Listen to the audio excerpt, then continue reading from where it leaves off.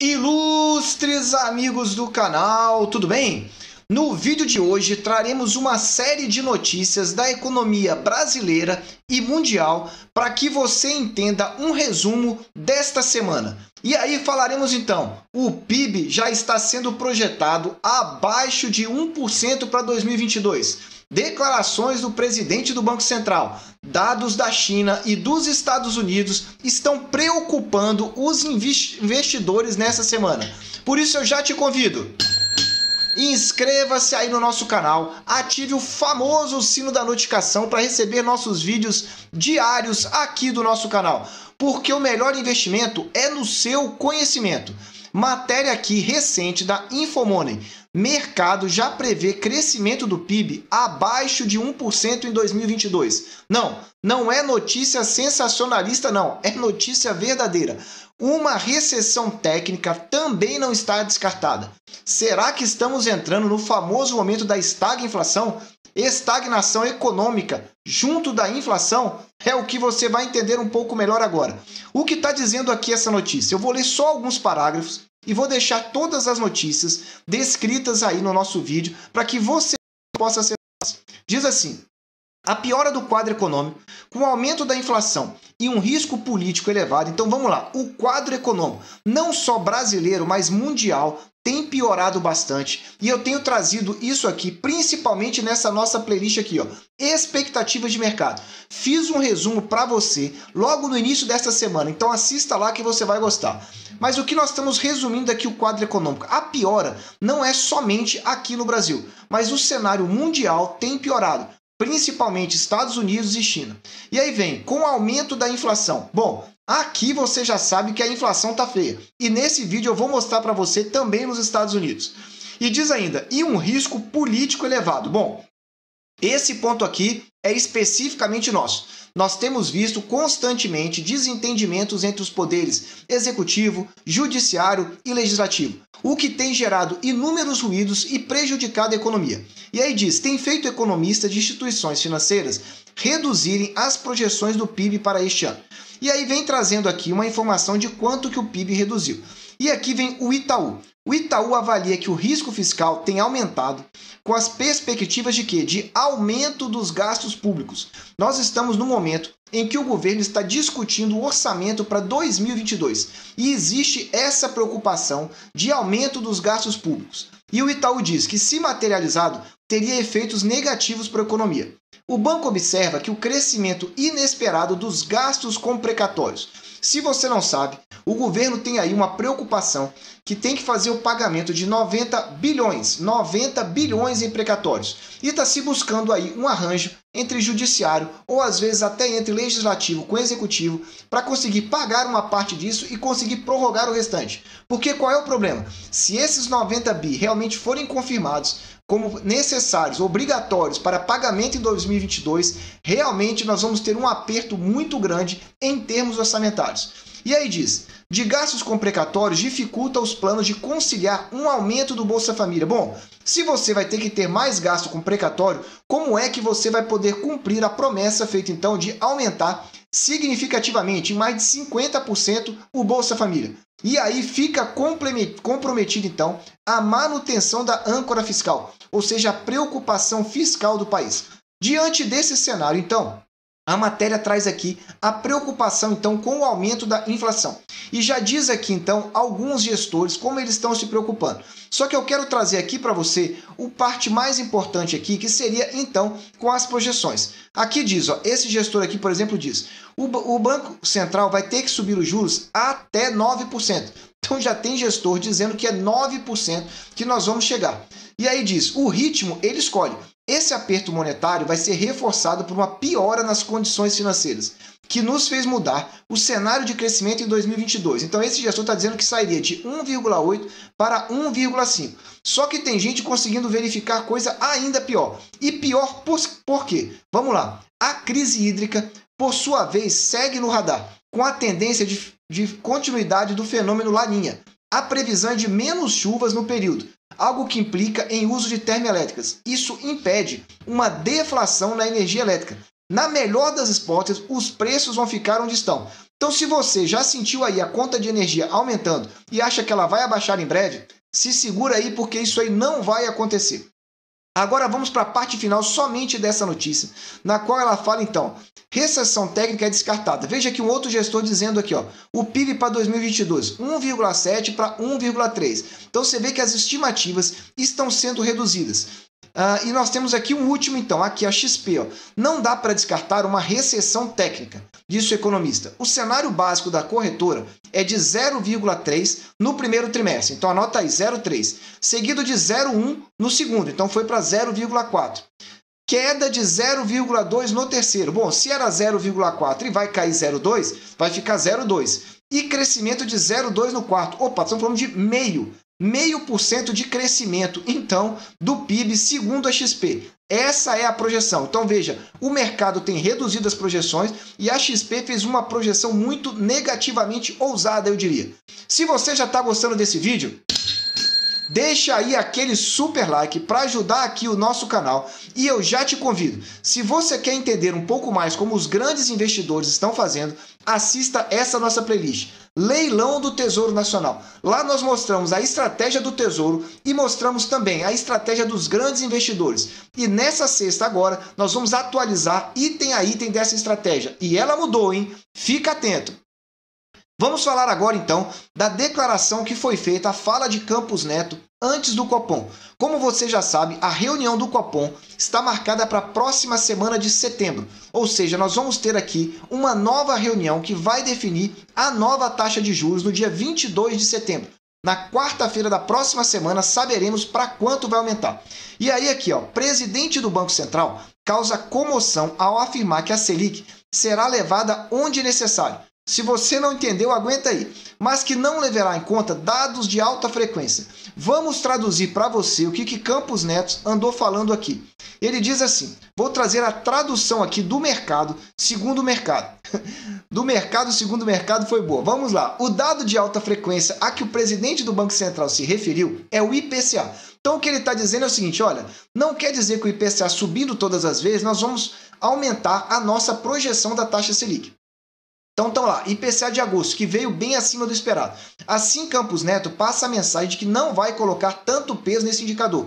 Que ele está dizendo, olha, aumentou sim, mas se toda vez que falar que aumentou, eu não vou ficar subindo aqui as expectativas, então, da Selic. Isso fez com que boa parte do mercado reduzisse a previsão de aumento de 1,25% na próxima reunião, 1,25% para 1 ponto percentual. Veja aqui, ó, a Quantitas já fez essa reavaliação a esse respeito. E tivemos outras empresas também que já estão fazendo essa reavaliação, porque essa declaração pegou o mercado aí, de certa forma, de surpresa. Só que tem gente dizendo que, ok, pode ser 1%, só que ele vai começar a aumentar 1%, depois vai ter que aumentar mais 1%, enfim, só vai fazer aí uma redistribuição, porque a alta vai continuar acontecendo. E aí veja aqui nos títulos do Tesouro, ele deu essa declaração no dia 14, o que aconteceu? A taxa, ó, caiu. Só que veja aqui no pré-fixado 26 que ela já subiu na sequência e continua acima da data que ele deu a declaração. Ou seja, o mercado não esfriou. Vamos verificar aqui o pré-fixado 2026. É o mesmo cenário. Ó. Ela desaba, cai 14 pontos num dia, mas depois ó, sobe 9. E fica praticamente aqui estável o pré-fixado. Se você já está gostando desse vídeo, deixa aí o seu super like e coloca aí nos comentários, então, o que você está achando? Você concorda ou discorda até agora da visão do mercado? Qual é a sua visão? Coloque aí nos comentários. E se você tiver alguma dúvida, escreva também, porque nós podemos gerar um vídeo aqui da nossa playlist. Qual a sua dúvida? Continuando agora, eu quero falar do mercado internacional, porque as preocupações continuam, principalmente com essa empresa chinesa Evergrande. Veja, mergulhada em dívidas, a gigante chinesa atrasa pagamentos e corre risco de default. Default é um termo, então, técnico utilizado para o famoso calote. O que significa isso? Essa empresa emitiu bonds, então emitiu títulos privados, porque ela é uma empresa privada da China, para poder se financiar. E o que acontece? O mercado está com o risco dela não honrar esses pagamentos. Então imagina você que comprou um título dessa empresa e agora está preocupado. E é justamente isso que traz aqui nessa notícia. Veja a foto das pessoas aqui, os manifestantes, se reunindo na sede dessa empresa lá na China, agora nesse mês de setembro, querendo mais informações do que está acontecendo. E aqui traz a dívida dela, 302 bilhões de dólares. Arredondando aqui, nós estamos falando aqui aproximadamente de 1,5 trilhão de reais. 1,5 trilhão de reais. É muito dinheiro e uma preocupação do mercado. Aí você vai dizer, mas por que eu deveria estar preocupado? Porque os mercados são todos interligados. Se nós tivermos uma crise de liquidez, por exemplo, lá na China, isso fatalmente vai trazer também problemas para todas as outras economias. E aqui o Brasil não é uma ilha, nós não estamos isolados de tudo. Certamente, se acontecer um default lá, vai ter realmente ruído. E aqui diz então que eles já contrataram 2 consultores para avaliar a estrutura de capital e a liquidez da empresa. E que os investidores agora estão monitorando de perto os pagamentos de juros e procurando pistas para saber se o processo começa em breve. Meus amigos, a situação está feia. E a penúltima notícia que eu trago aqui para você é complemento dessa. Só que antes, dê aí aquele super like. E se você quer então entender um pouco mais sobre o Tesouro Direto, que é o nosso foco aqui do nosso canal, assista a nossa playlist aqui, ó, Mapa do Tesouro, que é o nosso curso quase gratuito aí, tudo para vocês sobre o Tesouro Direto. São vídeos rápidos e que eu já falo de imediato o que nós vamos tratar em cada um dos vídeos. Você vai gostar e é a série mais assistida. Em relação a isso, o que nós estamos observando agora no Money Times, uma matéria que saiu agora? Em razão dessa crise que está sendo enfrentada na China, olha o que saiu. As ações da China fecharam em baixa na quarta-feira, com dados fracos sobre a atividade industrial e no varejo. Venho trazendo essa informação para você atualizado. Pesando sobre o sentimento, enquanto novos surtos de Covid, então nós temos então atividade industrial baixa, o varejo realmente caindo e agora surtos de Covid levantando preocupações sobre a recuperação da segunda maior economia do mundo. Veja então que há uma preocupação do mercado em relação à China. Tem ação lá, por exemplo, essa ação da Evergrande, que ela já caiu mais de 90%. E não é só ela, tem outras empresas chinesas listadas em bolsas que têm preocupado aí o mercado. Fique atento e acompanhe, porque se acontece uma crise, ela pode chegar. Por fim, a última notícia, você vai dizer, eu falei da China, e os Estados Unidos? Aqui uma notícia aqui, atualizada desse site, que eu já coloquei a tradução automática para facilitar para você. Preocupações com a inflação. Notícia aqui do dia 15 de setembro. E a notícia fala assim para você. Vamos colocar aqui, ó. Mais um mês de dados do IPC. IPC é o índice de inflação. E mais um mês de alta de inflação. Quero dizer, se você está lendo essas linhas, isso provavelmente não é uma surpresa para você. Faz uma pausa aqui. Se você lesse só esse primeiro parágrafo, você ia achar que estamos falando do Brasil, não é isso? Mas não é não. Estamos falando da maior economia do mundo. Inflação em alta nos Estados Unidos. E ele diz, mas aparentemente, se você é um economista do Fed, é meio inesperado. Esqueçam de verificar, então, a definição de transitório. Por que ele está dizendo isso? Porque o Fed vem dizendo que a inflação nos Estados Unidos é transitória e que ela vai passar. Sabe-se lá até quando é caracterizada como transitória, porque parece que não acaba essa inflação. E aqui os dados, então, da série temporal. Vamos lá, em março 2,6, depois em abril 4,2, em maio 4,9, agora 5,3, em julho ficou também, e 5,2, opa, estamos mantendo aqui então uma inflação acima de 5%. E o mercado começa a se perguntar até quando isso realmente é transitório. E veja, são 6 meses consecutivos em que a inflação está acima da meta de 2% estabelecida pelo Fed, quer dizer, o Banco Central lá americano.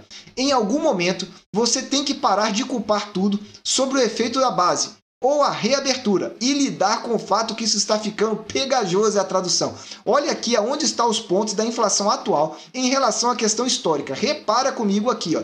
Veja a diferença em termos gráficos. E aqui ela traz mais uma informação muito interessante. Uma pesquisa que foi feita para avaliar as expectativas dos consumidores nos Estados Unidos. Porque é muito importante, o varejo lá nos Estados Unidos representa em torno de 2/3, a parte de serviços, de 2/3 então da economia americana. E diz assim, pergunta-se qual é a taxa de inflação que espera ver daqui a um ano. Perguntaram para os americanos. Adivinha, os consumidores veem a inflação acima de 5%. Inflação acima de 5% nos Estados Unidos é quase uma hiperinflação aqui. Seria mais ou menos isso. Se essa previsão se concretizar, isso estaria levando a compreensão das pessoas da palavra transitória ao seu limite. Ou seja, o que seria transitório? Mais um ano ainda de inflação com 5%? Essa é a preocupação do mercado. Então, anotou? No Brasil nós temos inflação, nós temos preocupação de estagnação, ou seja, o PIB muito próximo já aí de abaixo de 1%. Estamos falando da China com preocupações com grandes empresas. E agora, também Estados Unidos com a inflação alta. Mas o desemprego tem caído, então a economia americana está aquela. Não sabe realmente o que fazer. Essa é o atual cenário do mercado brasileiro e internacional. Espero que tenham gostado desse vídeo. Se você gostou, dê aí aquele super like, porque eu desejo sempre que você esteja na presença de Deus, que você aproveite o tempo com a sua família e que acompanhe aqui diariamente os vídeos do canal. Um abraço e até o próximo vídeo.